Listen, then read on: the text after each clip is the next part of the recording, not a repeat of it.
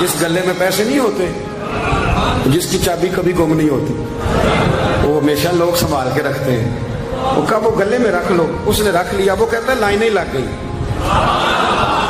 یعنی مجھے 2-3 اور بندے بٹھانے پڑے، موج بن گئی، کمال ہو گئی.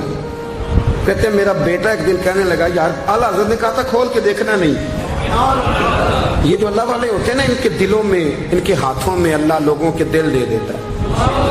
کھول کے دیکھنا نہیں. اس نے کہا جی ٹھیک ہے نہیں دیکھتے. ایک دن اس کے بھائی نے کہا یار، اور انسان کی فطرت ہے، اسے کہا جائے نا وَلَا تَقْرَبُوا هَٰذِهِ الشَّجَرَةَ، تو یہ تھوڑا تھوڑا کہتا ہے پتہ تو کروں ادھر ہے کیا، یہ مزاج ہے نا. تو کہا نہیں دیکھنا. تو اس نے کہا نہیں کھول کے. یہ ابھی حضرت صاحب بڑی محبت کر رہے تھے کہ ذرا مہربانی فرمانا پیر صاحب کو رستہ دے دینا. تو اللہ خیر کرے نہیں دیتے لوگ رستہ، ان کی بڑی، اور جتنا آپ کہنا پیچھے ہٹ جاؤ اتنا آگے ہٹ جاتے ہیں. یعنی آپ کہتے جو پیچھے ہٹ جاؤ تو پھر اس کا معنی ہے کہ اب نہیں ہٹنا.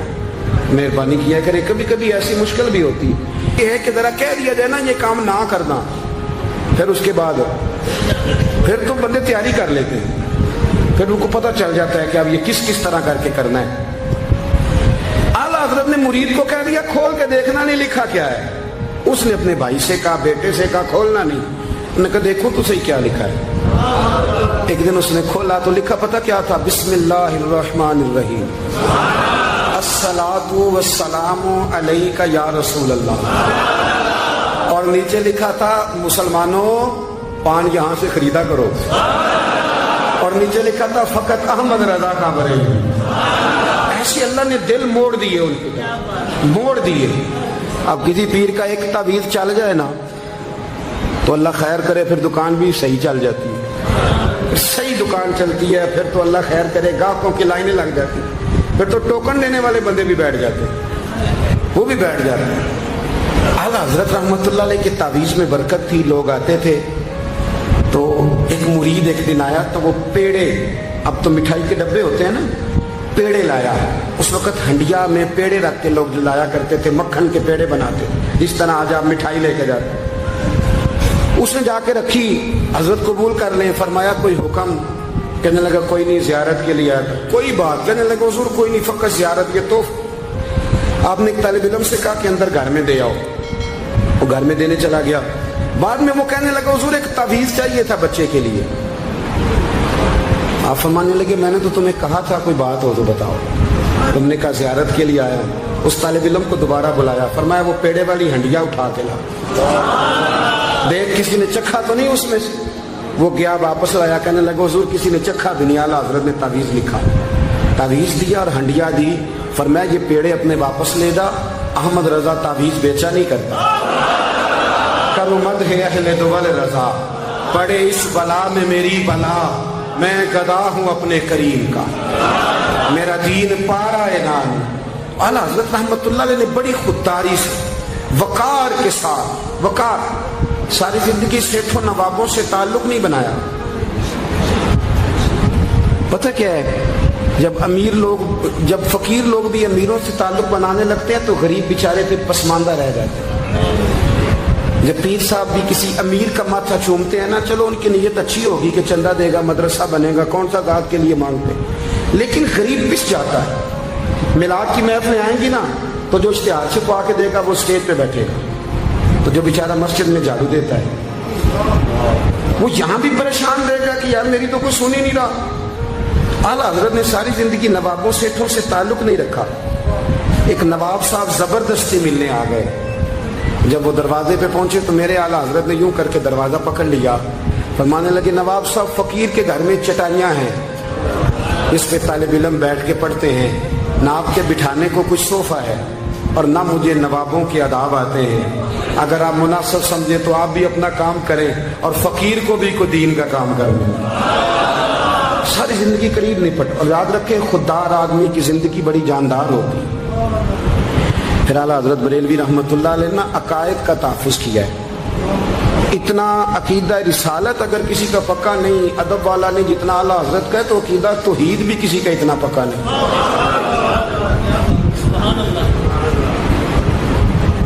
اعلیٰ حضرت کے پاس نا ایک مولانا تشریف لائے، وہ ستاروں کا علم جانتے تھے. تو اعلیٰ حضرت فرمانے لگے مولانا کیا بتاتے ہیں ستارے بارش کب ہوگی؟ کہنے لگے جی مہینہ پورا نہیں ہوگی. آپ کو ہی پتہ بتا جاتے ہیں وہ جو سونا ڈبل کرنے آتے ہیں وہ کہہ جاتے ہیں تو فٹافٹ لوگ مان لیتے ہیں. ہاتھ کی لکیریں بھی وہ بیچارہ اپنی مٹی بھی ہوتی ہیں. روٹیاں مانگنے آتا ہے تو قسمت کا حال بتا کے چلا جاتا ہے بھئی تیری اپنی اتنی خراب ہے کہ تو مانگتا پھر رہا ہے. اور اللہ تعالیٰ فضل کرے میری جماعت کے لوگ یہ تو فٹافٹ قبول کرنے کو تیار ہے. وہ بابا ایک آیا تھا مجھے کہہ گیا, میں نے کہا بابے کی تجھے ضرورت کیا پڑ گئی, تو چھوڑ کے ان چکروں میں پڑا ہے. مولانا آ گئے. وہ کئی دفعہ نا ہمیں بھی دیہاتی لوگ بوڑھے ملتے ہیں, کہتے ہیں پیر صاحب میری کتاب کٹ کے دسو بھلا مینوں کی ہے. تو میں کہتا ہوں کتاب تو اللہ کرے قیامت میں بھی ہماری نہ ہی کھلے تو بہتر ہے, چھوڑیں کتاب. کہتے کوئی حساب لگائیں. میں نے کہا کوئی حساب کتاب نہیں, یہ کیا کی چکروں میں پڑے. اب تو استخارے کی بڑی بری حالت کر دی ہے لوگوں نے, یعنی ابھی فون کرو 1.5 منٹ بعد استخارے کا جواب لے لو. پتہ نہیں وہ کس طرح کا آٹومیٹک استخارہ ہے کہ جو نام بتانے سے فوری طور پہ پتہ چل جاتا ہے. پتہ نہیں مفتی صاحب ہے کوئی ایسا استخارہ 1.5 منٹ میں کر لیا جائے, لیکن ہو رہا ہے. پیسے آ رہے ہیں جا رہے ہیں اور بڑے بڑے قریبی رشتے لوگ توڑوا رہے ہیں, تیرے لیے صحیح نہیں. خدا کے بندے بس کر دے. استخارے رہتا ہے کو معاذ اللہ وہی نہیں بن جاتی, لیکن ہمارا مزاج ہے جس رو میں بیٹھتے ہیں بہ جاتے ہیں. کرنا چاہیے درست ہے, لیکن جو رویے اب اختیار ہوئے یہ رویے نہیں ہیں, اس کے سمجھیں اور یاد رکھیں. آپ نے کہا مولانا بتائیے ستارے کیا کہتے ہیں؟ کہنے لگے جی ستارے کہتے ہیں مہینہ بارش نہیں ہوگی. تو اعلیٰ حضرت فرمانے لگے آپ یہ کہیں کہ میرا علم کہتا ہے مہینہ نہیں ہوگی, باقی رب چاہے تو آدھے گھنٹے میں بھی ہو سکتی ہے. وہ کہنے لگے جی وہ تو ٹھیک ہے لیکن ستارے کہتے ہیں کہ نہیں ہوگی. آپ فرمانے لگے تو آڑ ہی گیا ہے. میں کہہ رہا ہوں کہ تیری بات ٹھیک ہے پر اگر اللہ چاہے تو عقیدہ توحید ہے نا. وہ کہنے لگے جی نہیں وہ تو ٹھیک ہے پر ستارے, آپ کسی کو کہیں نا تو نماز پڑھا کر روزی میں برکت ہوگی تو کہتے ہیں جی وہ بھی ٹھیک ہے پر دکان بھی تو ضروری ہے. کیا بات کرتے ہو, اتنی کچی باتیں کرتے ہو, مسلمان ہو. اعلیٰ حضرت فرمانے لگے بھائی ستارے ٹھیک ہے جو تو کہہ رہے ہیں پر اللہ چاہے تو. کہنے لگا حضور آپ ٹھیک کہہ رہے ہیں پر ستارے کہتے ہیں مہینہ نہیں ہوگا, اور یہ بات کبھی غلط نہیں ہوتی. اعلیٰ حضرت نے دلیل دی, سمجھایا, اٹھے, فوراً جلال نہیں کرتے تھے. بد مذہبوں پر جب فتوے دیے تو پہلے ہمیں تفکر کی, غور کی دعوت دی کہ دیکھ لینا, اپنے عمل کو پرکھنا. تمہارے عمل حضرت موسیٰ کے فرما برداروں جیسے ہیں, جناب ابراہیم کے فرما برداروں جیسے ہیں, یا بن کے بیٹھ گئے ہو. اب دربار کا ادب یہ ہے, بے بسی کا یہ حال ہے کہ جوتے لٹکتے ہیں دربار میں, جو آتا ہے جوتا کھینچتا ہے. اور ادب یہ ہے کہ 10 جوتے نمرود کے سر پہ مارو, اور 400 سال جوتے لگتے رہے. روتا تھا, جو آدمی آتا تھا منتیں کرتا تھا, کہتا تھا کہیں سے کوئی دوائی مل جائے گی. پاگلوں جیسے زندگی گزاری, پاگلوں جیسی سخت. وہ تو حساب وقوع قیامت تو حساب ہوگا ہی. یہاں لوگ پاگل ہو کے مرتے ہیں, معاذ اللہ, نفسیاتی مریض ہو کے مرتے ہیں. یہاں آخری وقت اتنا سخت آتا ہے کہ دنیا موت کی دعائیں مانگتی ہے. میرے بھائی, جب انسان ظلم کرتا ہے تو بھول جاتا ہے کہ شاید مجھے پوچھے گا کوئی نہیں. جب وہ زیادتی کرتا ہے تو بھول جاتا ہے. جب وہ کسی کا حق کھاتا ہے تو وہ کہتا ہے شاید اس کا تو وارث ہی کوئی نہیں جس کو میں لوٹ رہا ہوں. لیکن جب اللہ کی پکڑ آتی ہے, حجاج بن یوسف ظالم تھا, اس نے اچھے کام بھی کیے تھے. قرآن پاک پر زیر زبر آراب حجاج بن یوسف نے لگوائے. محمد بن قاسم کو ہندوستان سندھ کے علاقے فتح کرنے بھی حجاج بن یوسف نے بھیجا تھا. ساری خوبیاں اپنی جگہ پر, ظالم بہت بڑا تھا. کسی آدمی نے اس کے سامنے کونے کی طرف منہ کر کے ساتھ والے سے بات کر لی تو کہنے لگا میرے خلاف کیا, اس کو لے جاؤ 2 ٹکڑے کر کے واپس لے آؤ. توتی بولتا ہے نا اقتدار, جب کسی کے ہاتھ اقتدار ہوتا ہے نا, وہ چاہے ایک گھر کا کیوں نہ ہو, وہ 10 بندے فیکٹری میں کام کرتے ہیں اور جو ان کا مالک ہوتا ہے وہ کہتا میں مالک ہوں, مجھے مانو. جب تو صاحب اقتدار ہوتا ہے نا, جب تو سسر بن کے بیٹھتا ہے اور کسی غریب گھر کی بہو آتی ہے 2-4 تو کہتا میرا اقتدار ہونا چاہیے. جب میں کھانسنے لگوں تو ہر آدمی کے ہاتھ میں ٹشو پیپر ہونا چاہیے. جب میں بولنے لگوں تو بندے ہوئے ہاتھوں سے ہر آدمی جی کرتا ہوا کھڑا ہونا چاہیے. جس آدمی کا, اور یہ کام بہو بھی کرتی ہے کئی دفعہ, وہ بھی کہتی ہے کہ تمہیں پتا نہیں میں کتنا لمبا چوڑا جہیز لے کے آئی ہوں. جب میں سونے کے لیے اپنے بیڈ روم میں جاؤں تو خبردار بوڑھے بابے کو اجازت نہیں کہ وہ کھانسے. اماں کو چاہیے کہ اگر اس کو بڑی سخت پیاس بھی لگی ہے تو میرے سوتے سوتے باورچی خانے میں برتن نہ کھٹکھٹائے. جو جہاں بھی جس اسٹیج پہ بھی بیٹھتا ہے وہ کہتا ہے کوئی نہیں مجھے پوچھنے والا, میں مطلق العنان ہوں. جوان بوڑھوں کا مذاق اڑاتے ہیں, سمجھتے ہیں شاید کبھی بوڑھے نہیں ہونا, مذاق اڑاتے ہیں. تندرست لوگ بیماروں کا مذاق اڑاتے ہیں, شاید کبھی بیمار نہیں ہونا. حجاج بن یوسف ظالم تھا, ظلم کرتا تھا, زیادتی کرتا تھا. حضرت سعید بن جبیر ایک تابعی بزرگ تھے, اتنے بڑے بزرگ تھے کہ ساری رات نماز پڑھتے تھے, سارا سال روزہ رکھتے تھے.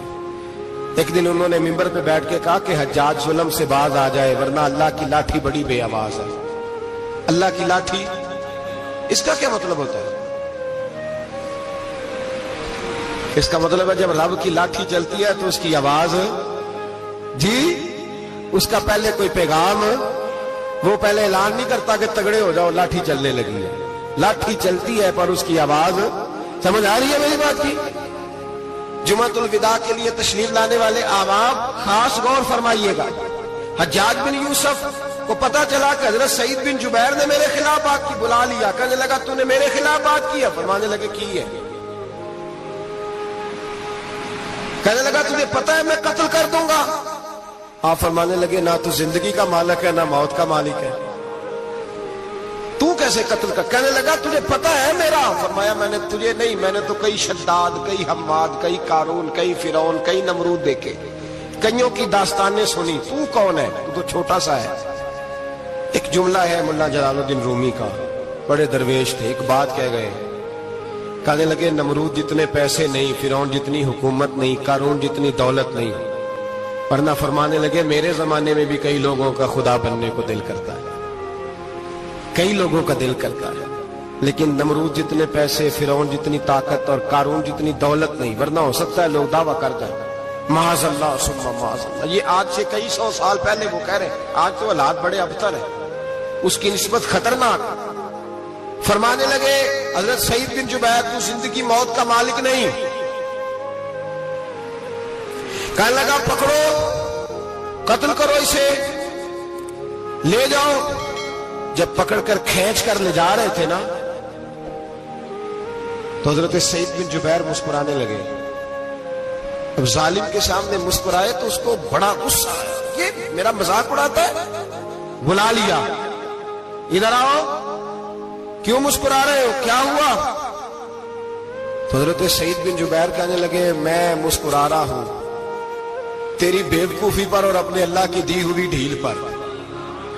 میں مسکرا رہا ہوں کہ یا اللہ کیا بات ہے, کیا تیرا شان ہے, کیسے لوگوں کو ڈھیل دی ہوئی ہے. میں مسکرا رہا ہوں تیری بیوقوفی پر کہ تو سمجھتا ہے شاید مجھے پوچھنے والا کوئی نہیں. کہنے لگا اس کو باہر نہ لے جاؤ, میرے سامنے قتل کرو.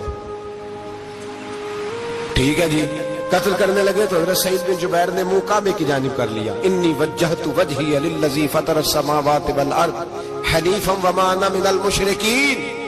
جب آپ نے یہ آیتیں پڑھی نا کہ میں نے منہ کر لیا ہے اپنے رب کی جانب, کرو مجھے قتل. کہنے لگا نہیں اس کا منہ پھیرو, کعبے کی طرف ہو کے قتل نہ ہو, ہے ظالم پر پاگل ہو گیا ہے.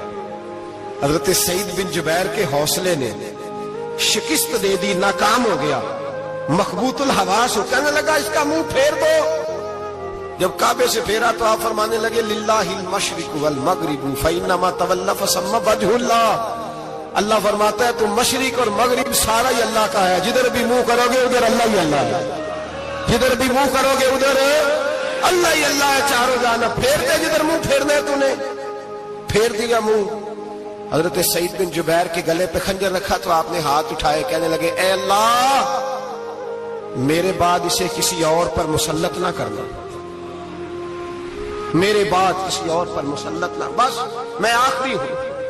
جب آپ ذبح ہوئے تو اتنا خون نکلا کہ لوگ کہتے ہیں جتنا اونٹ کے وجود سے نکلتا ہے. تر ہو گیا سارا اس کا دربار. ایک سمجھدار آدمی کو بلا کے کہنے لگا اتنا خون میں نے بڑے بندے قتل کرائے ہیں پر اتنا خون نہیں نکلا. تو وہ کہنے لگے لوگ مر جاتے, مرتے وقت ڈر جاتے ہیں, سہم جاتے ہیں, خون سکڑ جاتا ہے, لگتا ہے یہ شخص جب دنیا سے گیا ہے تو ڈٹ کے گیا ہے، یہ ڈٹ کے گیا ہے دنیا سے۔ حجاج بن یوسف رات کو سویا تو تڑپ کے اٹھا، کیا ہوا؟ گھر والے کہنے لگے کیا ہوا؟ کہنے لگے سعید بن جبیر خواب میں آئے اور کہتے ہیں اٹھ مجھے بتا تو نے مجھے کیوں قتل کیا ہے، بتا بتا کیوں مارا؟ اگلی رات پھر سویا تو وہی خواب، پھر سویا تو وہی خواب۔ گناہ نفسیاتی مریض بنا دیتا ہے، ظلم تجھے مخبوط الحواس کر دیتا ہے۔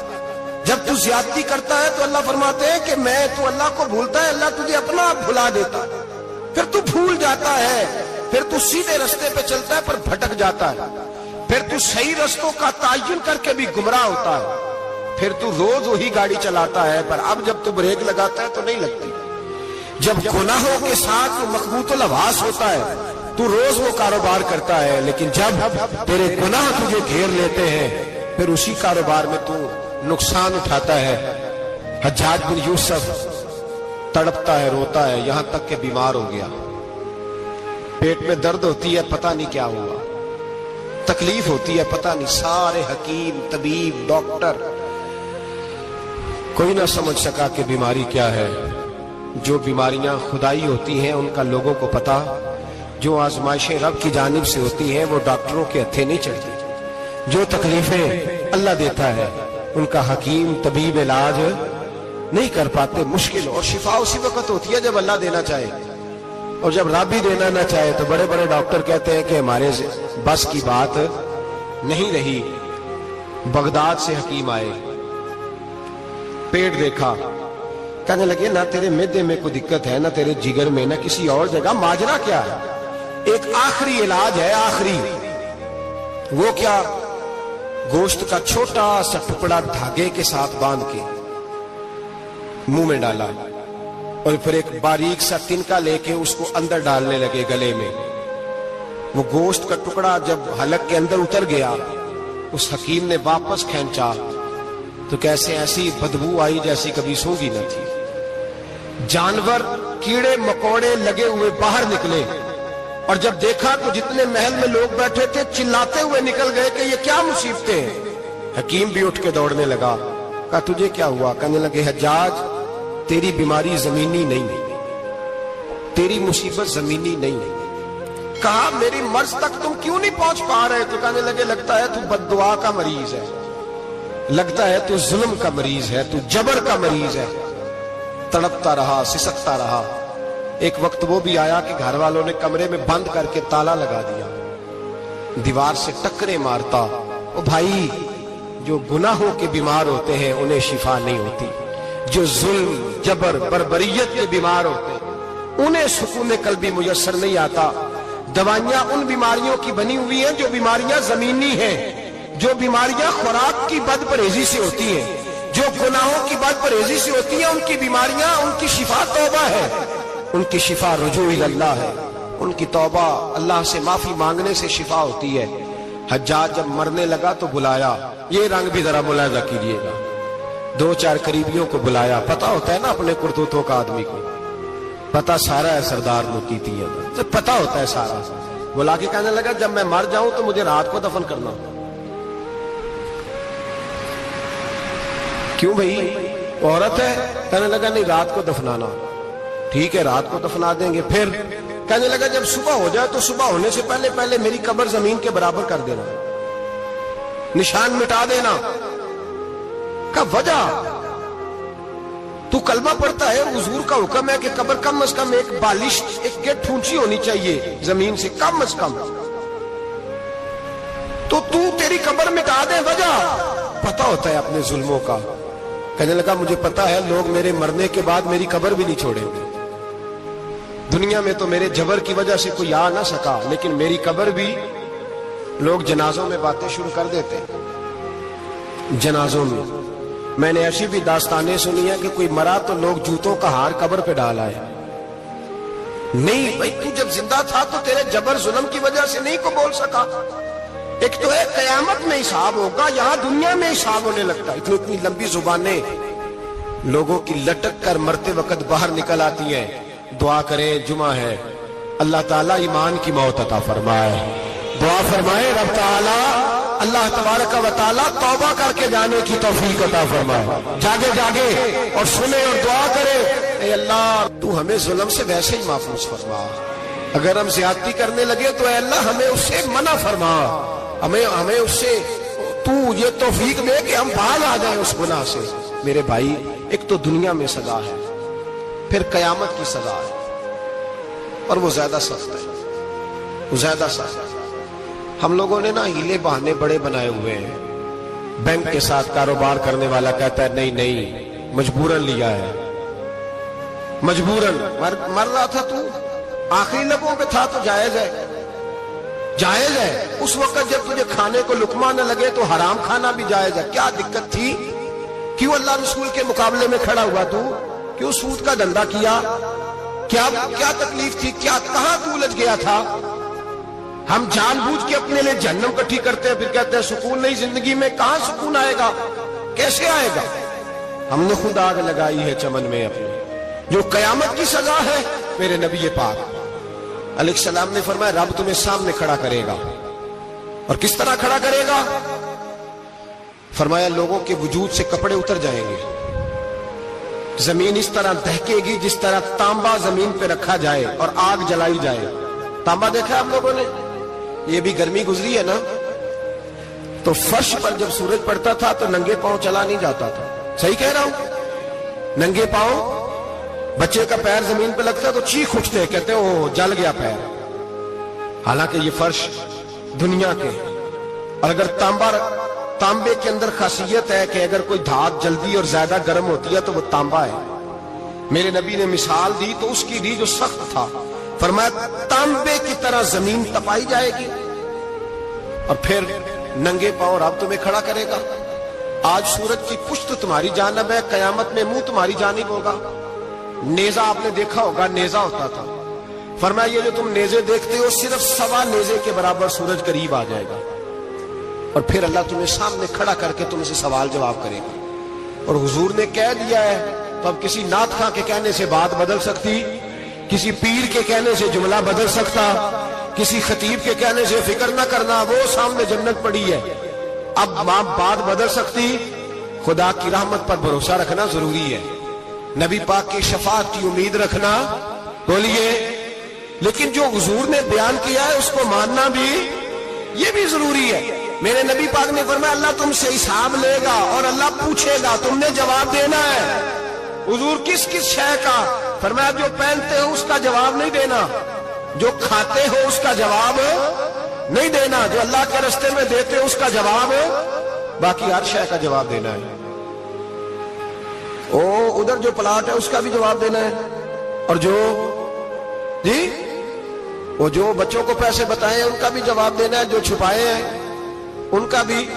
ثم لتسألن یومئذ عن النعیم، جو کمیٹی اپنے محلے میں ڈالی ہے اس کا بھی جواب دینا ہے، جو سسرال کے علاقے میں ابا جی سے چوری ڈالی ہوئی ہے اس کا جواب بھی، سب کا جواب دینا ہے، تمام حساب کتاب۔ اور اللہ فرماتے ہیں میں سامنے کھڑا کر کے ہر سوال کا تجھ سے جواب، تجھے ہر سوال کا جواب صاحب۔ اچھا یہ جو بڑے لوگ تھے وہ حساب سے ڈرتے تھے، ہم چھوٹے لوگ ہیں ہم حساب سے ہم نہیں ڈرتے، ہم کہتے ہیں دیکھی جائے گی۔ بڑے لوگ جو تھے وہ حساب سے، حضرت ابوبکر صدیق دعا کرایا کرتے تھے، دعا کرو اللہ مجھ سے حساب نہ پوچھے۔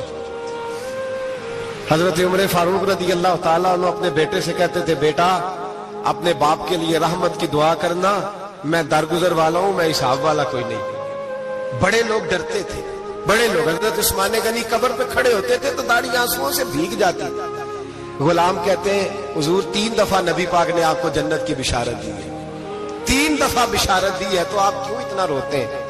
عثمان غنی فرماتے جس رسول نے مجھے جنتی کہا ہے اسی محبوب نے مجھے فرمایا تھا عثمان قبر آخرت کی منزلوں میں سے پہلی منزل ہے۔ اور آپ فرماتے میرے تو کمرے میں دیا گل ہو جائے تو مجھے ڈر لگتا ہے، اس میں تو مکمل اندھیرا ہے۔ آپ فرماتے کھڑکیاں بند ہو تو دم گھٹنے لگتا ہے، اس کو تو دروازہ ہی کوئی نہیں، روشن دان تک نہیں۔ بھائی جو بڑے تھے وہ ڈر رہے تھے۔ مولا علی شیر خدا نماز کا وضو کر کے کانپتے تھے، کانپتے۔ علی آپ مرحب کے سامنے نہیں کانپے، خیبر کا دروازہ اکھاڑتے نہیں کانپے، بدر احد خندق حنین اور خیبر میں نہیں کانپے تو یہاں آپ فرمانے لگے مالک کے سامنے جاتے ہوئے ڈر آتا ہے. بڑے لوگ کانپتے تھے, بڑے لوگ. آج کون سا جمعہ ہے؟ سارے بولیے. حالانکہ یہ اگلے سال دوبارہ آئے گا, ہمارا نہیں پتا کہ ہم ودا ہو جائیں کہ کیا بنے. یہ کون سا جمعہ ہے؟ آیا جمعہ الوداع, آئے ہم. آج ایک فکر لے کر کے جانا, ایک سوچ, جہاں روز رات کو بیٹے کی ٹینشن, بیٹی کی ٹینشن, بھائی کی ٹینشن, پوتے کی ٹینشن ہوتی ہے نا, ایک ٹینشن اور اپنے آج ایک ٹینشن بڑھا لو, قبر کی ٹینشن پیدا کر لو, قیامت کی تھوڑی سی فکر کر لو, تھوڑی سی, ایک لمحے کے لیے صحیح تھوڑا خیال پیدا کریں. حضرت حسن بصری نام سنا ہوا ہے نا, یہ حضرت علی کے شاگرد ہیں. نبی پاک کے گھر میں آ جاتے تھے کئی دفعہ, بچے تھے جب. حضرت حسن بصری تابعی ہیں. فرماتے ہیں خانہ کعبہ میں عمرہ کرنے گیا, طواف کعبہ کر رہا تھا تو بڑا عجیب منظر ہوا, رات کی تنہائی ہوئی. اس وقت کئی دفعہ طواف بند بھی ہوتا تھا, اس لیے کہ رش کم ہوتا تھا تو رات کو سب سو جاتا تھا. کہتے رات ذرا گہری ہوئی تو لوگ اپنا اپنا خیمہ لے کے جاتے تھے. اب تو ہوٹل ہے نا تو خیمے لگتے تھے, لوگ خیمہ لے کے جاتے تھے, جہاں جگہ ملتی تھی خیمہ لگا کے رہتے تھے. فرماتے میں رات کو سویا خیمے میں, ایک دردناک آواز آئی, میٹھی ہے, دھیمی ہے, پر درد بڑا ہے. کوئی رونے والا رو کے کہتا ہے اللہ حساب قیامت میں مجھ سے نہ لینا, اے اللہ تنہائی میں جتنا مرضی حساب لینا پر لوگوں کے سامنے نہ لینا. اور پھر کہتا ہے اللہ فضل تو تب کرے جب تو میرا حساب پوچھے ہی نہ. پھر چند منٹ گزرے تو پھر وہ رونے لگا, میرے کانوں میں آواز آئی, کہنے لگا اے اللہ حساب تو ان کا لیا جاتا ہے جو حساب کے قابل ہوتے ہیں. اعلیٰ حضرت کہتے ہیں نا رضا سے تو کیا حساب لے گا, رضا بھی کسی حساب میں ہے. اے اللہ میں قابل نہیں, مجھ سے حساب نہ لینا. کہتے تھوڑی دیر گزری تو پھر وہ رونے لگا, پھر ذرا سانس سنبھلے تو پھر کہنے لگا اے اللہ میں تو لوگوں کو کوئی بندہ حساب پوچھ لے تو نہیں دے سکتا, میں تجھے کیسے حساب دوں. پھر تڑپنے لگا. کہتے تھوڑی دیر گزری تو پھر ایک لفظ انہوں نے کہے, رونے والے نے, کہنے لگے اللہ دیکھ تیرے محبوب کا فرمان ہے جو معافی مانگے تو اسے معاف کر دیا کرتا ہے. اے اللہ میں معافی مانگنے آیا ہوں اور مسجد نہیں آیا, میں کعبۃ اللہ ہی آ گیا ہوں. کہتے وہ اتنا روئے کہ چیخ آئی ان کی, اور جب دھڑام سے کوئی زمین پہ گرا تو میں پریشان ہوا کہ اب تو بے ہوش ہو گیا. فرماتے ہیں میں زور سے اٹھا فٹافٹ اور اس شخص کی طرف بڑھا.